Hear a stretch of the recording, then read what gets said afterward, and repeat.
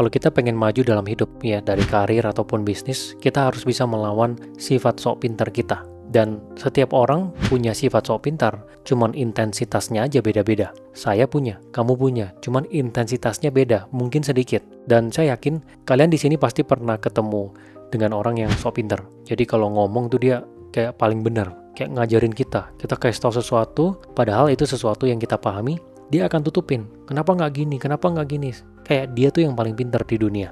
Nah, itu intensitasnya besar. Tapi tanpa disadari, kita semua juga punya. Walaupun mungkin intensitasnya kecil. Dan di sini saya ingin ngajak kalian untuk belajar kontrol ya, belajar untuk memahami. Karena sangat bahaya. Sebagai contohnya, dari 15 tahun terakhir, ya ini zaman dimana semua orang jualannya udah online. Tapi sampai detik ini, masih ada orang yang nggak jualan di online. Dia jualannya cuma di offline doang. Sampai bisnisnya mati pun dia nggak cobain. Kenapa? Karena sok pintar. Selain sulit berubah, itu ada yang sok pintar. Memang mungkin ada orang yang sulit berubah ya, tapi ada yang karena dia sok pintar. Dia ngerasa yang dia kerjain udah paling bener. Dulu ngasilin duit banyak kok offline. Ini tinggal nunggu aja nih, nanti juga dapat lagi. Nah, berpikirnya tuh seperti itu. Padahal zaman udah berubah. Ya, dia sok pintar. Dia ngerasa dia udah tahu semuanya. Dia nggak mau coba hal baru, nggak mau coba untuk berubah. Sama juga dengan investasi ya. Kayak misalnya, di sini teman-teman pasti ada yang beli Bitcoin juga. Pada saat Bitcoin jatuh di tahun 2022 ya, 2022-2023 kan masih rendah tuh dibandingin dengan sekarang. Saya yakin di sini ada teman-teman yang beli di saat itu dengan pengetahuan bahwa Bitcoin nilainya ini akan naik nih. Mau untuk mempelajari tentang Bitcoin, mau untuk dengerin YouTube ya dari orang-orang luar negeri ataupun Indonesia yang jelasin tentang Bitcoin. Karena nggak sok pinter. Tapi di sini pasti ada juga teman-teman yang nggak beli. Karena di saat itu ngerasa pinter gitu. Nah ini kita akuin aja lah ya, nggak usah. Ini saya ngomongnya sesuai realita aja. Karena di saat itu kita ngerasa sok pinter, nggak mungkin lah Bitcoin pasti turun. Kita punya pemikiran, itu yakin sekali kalau kita bener gitu. Padahal kita nggak coba untuk eksplorasi informasi yang ada di luar, baca tentang Bitcoin, white papernya, ya dengerin dulu dari investor luar negeri yang pakar gitu tentang Bitcoin ataupun yang di Indonesia tentang Bitcoin, ya akhirnya secara investasi melewatkan kesempatan itu, yang dimana bisa kali 4, kali 5 tuh kalau masuknya sudah jauh-jauh hari. Ya apalagi orang-orang yang sudah masuk dari 10 tahun, 15 tahun yang lalu. Nah itu karena mereka nggak sok pinter, mereka mau belajar gitu. Jadi saya ingin mengajak kalian di sini untuk coba ya redam sifat sok pintar itu. Ini ada satu teori ya yang menjelaskan tentang kenapa sih orang bisa merasa diri dia pintar. Ini ada satu efek namanya Dunning-Kruger effect. Ya jadi orang-orang yang punya minim pengetahuan itu sering melebih-lebihkan kemampuannya. Jadi misalnya nih, kalian di sini belum pernah main golf. Terus kalian lihat nih, oh main golf cuma pukul gitu doang ya. Awal-awal, kalian akan sangat positif sekali. Ah, golf ini gampang sekali. Gue bisa lah, gue bisa main tenis kok. Gue bisa main pingpong misalnya. Tapi setelah mencoba, mengalami kesusahannya, baru tuh mulai turun tuh. Iya bener ya, ternyata susah banget ya. Banyak sekali hal-hal yang kita nggak tahu nih. Ternyata tenis sama golf beda nih. Tenis mungkin pakai tangan, golf nih pakai badan nih, gitu. Nanti perlahan setelah ditahan, belajar terus sampai jadi master, baru sadar. Oh ternyata ya untuk menguasai golf ini nih, banyak hal yang harus dipelajari. Nggak sesimpel itu, nggak sesimpel yang kita pikir di awal. Jadi ketika kita sudah jadi master, kita percaya diri. Tapi dengan pengetahuan bahwa ini nggak sesimpel itu. Sama juga dengan orang yang memulai bisnis gitu ya, anak muda ya. Umur 21, punya uang 500 juta, langsung, wah gue sudah belajar semua ilmu bisnis yang ada di dunia. Gue udah ngomong sama semua orang-orang yang punya bisnis. Gue akan mulai all in. Gue pasti bisa langsung ini sukses. Ternyata pas dijalanin, produknya udah jadi, jualannya susah. Sama sekali nggak ada orang yang beli. Pecah telur aja susah. Ya, baru sadar gitu, oh ternyata nggak segampang itu ya. Coba sampai bertahun-tahun sampai udah hebat, ya bisnisnya besar sampai master ya di dalam ranah bisnis, baru paham, oh ya benar, ternyata nggak sesimpel itu. Ya banyak hal kompleksnya di dalamnya. Nah ini namanya efek Dunning-Kruger. Dan setiap orang tuh rata-rata seperti ini. Jadi mereka nggak sadar dengan kebodohan mereka sendiri. Gitu. Biasanya orang yang pintar itu justru lebih meragukan diri mereka ketika mereka mau melakukan sesuatu. Jadi biasanya kalau ada sesuatu yang baru yang akan dilakukan, orang yang bodoh tuh ngerasa dia yang paling hebat, dia tahu semuanya, ini gampang.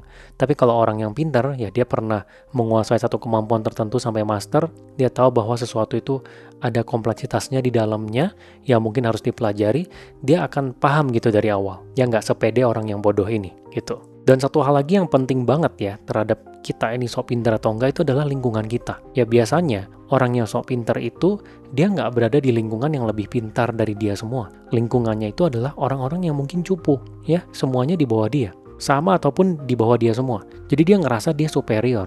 Padahal, dia nggak ada apa-apanya gitu. Kalau dibandingin dengan orang-orang lain yang jauh lebih sukses dari dia. Makanya kita harus selalu dorong diri kita untuk masuk ke dalam lingkungan yang lebih hebat dari kita. Secara karir, secara bisnis, atau apapun. Kalau misalnya kalian mau main golf, ya berarti kalian harus di lingkungan yang main golfnya jauh lebih jago dari kalian. Kalian pengen mulai bisnis, berarti di lingkungan orang-orang yang sudah jalan bisnisnya. Sudah profit, sudah sustain. Yang omsetnya mungkin miliaran, puluhan miliar gitu. Kalau misalnya kalian berkarir, ya berarti di lingkungan orang-orang yang lebih senior dari kalian. Karena kalau misalnya semuanya di bawah kalian, nanti akan ada kecenderungan itu lagi. Kalian akan merasa diri kalian yang paling hebat. Kecenderungan itu akan ada ya. Tapi setelah nonton video ini pastinya kalian akan ada awareness di arah ini ya. Maksudnya ketika ada kecenderungan itu kalian akan mikir, nggak boleh kayak gini ya. Ini karena lingkungannya nih. Gue ngerasa gue paling pinter. Gitu, tapi banyak orang yang nggak paham tentang ini. Dia akan seperti itu kecenderungannya, ya karena lingkungannya. Ya makanya idealnya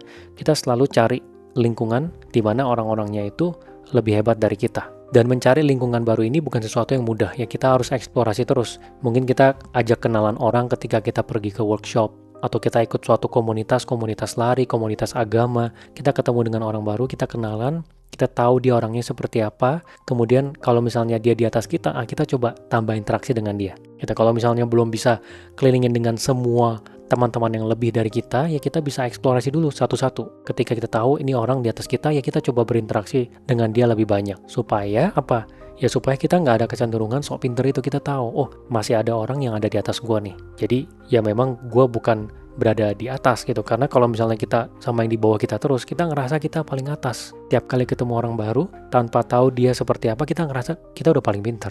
Dan yang paling berat itu adalah dari sisi resistensi terhadap kritik ya. Orang yang sok pintar itu nggak mau dikritik sama sekali. Ini saya ada kenal orang yang seperti ini ya, yang kalau misalnya dikasih kritik, dia ngerasa kritik itu adalah serangan.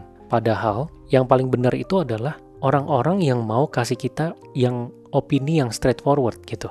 Kalau misalnya jelek, ya jelek. Kalau misalnya bisnisnya, produknya nggak bagus, ya nggak bagus. Karena kenapa? Ya supaya kita bisa improvisasi. Nah, orang-orang yang sok pintar, yang merasa dirinya paling pintar, dia nggak mau tuh dikasih kritik.